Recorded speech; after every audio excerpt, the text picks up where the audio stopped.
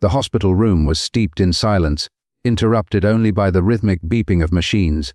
Elena Montgomery's unyielding companions for the past 6 months. Once the dazzling heiress to a multi-billion-dollar pharmaceutical empire, she now lay motionless, her porcelain skin stark against the sterile white sheets, her eyes vacant and unblinking. The woman who had once commanded boardrooms and adorned magazine covers had become an unsolved puzzle, confounding even the sharpest medical minds. Marcus Williams eased his cleaning cart into the room, just as he had every evening for the past 3 weeks. A single father to 7-year-old Amy, his night shift at St. Mary's Hospital wasn't glamorous, but it was steady, and it paid for the medication that kept his daughter's asthma in check. Since Sarah's death from cancer 2 years ago, Marcus had been navigating the unsteady waters of parenthood alone, carrying his grief quietly. Over the months, 20 specialists had examined Eleanor, neurologists from Johns Hopkins, psychiatrists from Mayo, toxicologists from Harvard.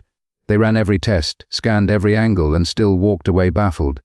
The conclusion remained unchanged. Eleanor, at only 28, was perfectly healthy in body yet unresponsive to the world around her.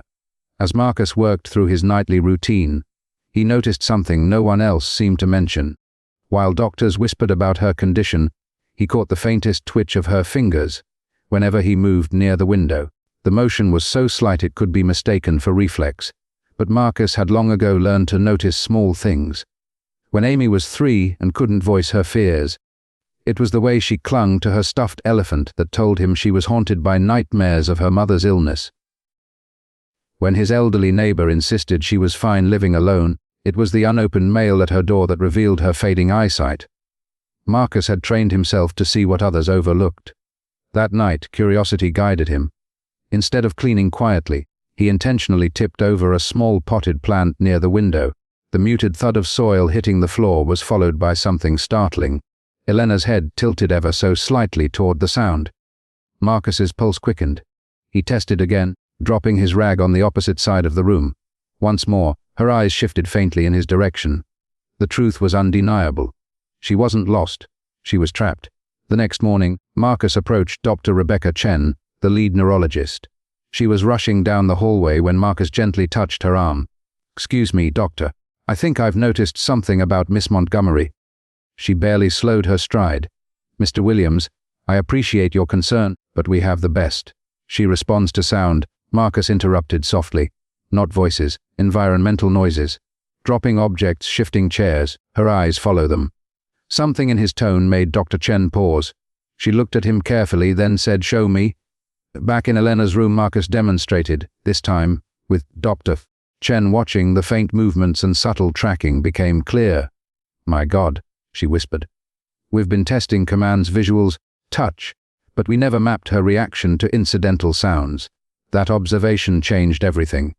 New tests revealed that Elena suffered from a rare form of locked-in syndrome, triggered by an unusual reaction to a supplement combination she had been taking for chronic fatigue. Her mind had been awake the entire time, but her ability to communicate had been locked away. Word spread quickly, and soon Elena's family learned that a janitor, not a physician, had provided the breakthrough. 3 days later, Jonathan Montgomery, her father, found Marcus by his cart. "Mr. Williams," he said, voice trembling, "I don't know how to thank you. My daughter, she's all I have since my wife passed, when doctors told us nothing more could be done." Marcus nodded, understanding the terror of a parent. "Sometimes the smallest details mean the most, sir. She's going to recover. That's enough for me." Jonathan's eyes brimmed with tears. "At least let me do something. Let me pay for your daughter's education." Marcus thought of Amy and of her mason jar college fund, and of her dream to become a doctor. Smiling, he finally said, "If you really want to help, then help her get there." 6 months later, Elena walked out of the hospital fully recovered. At the press conference, she refused to stand alone, insisting Marcus stand beside her family. "Sometimes the most crucial insights don't come from the most educated eyes," she told reporters, her voice steady. "Mr. Williams didn't just help save my life. He reminded us that healing is as much about compassion as it is about science." He cared enough to see what others missed. From the sidelines, Marcus watched, thinking of Amy, now attending a private school thanks to the Montgomery family scholarship. But what stayed with him most wasn't the scholarship or the praise. It was Elena's truth that the greatest medicine isn't always written in textbooks or found in labs.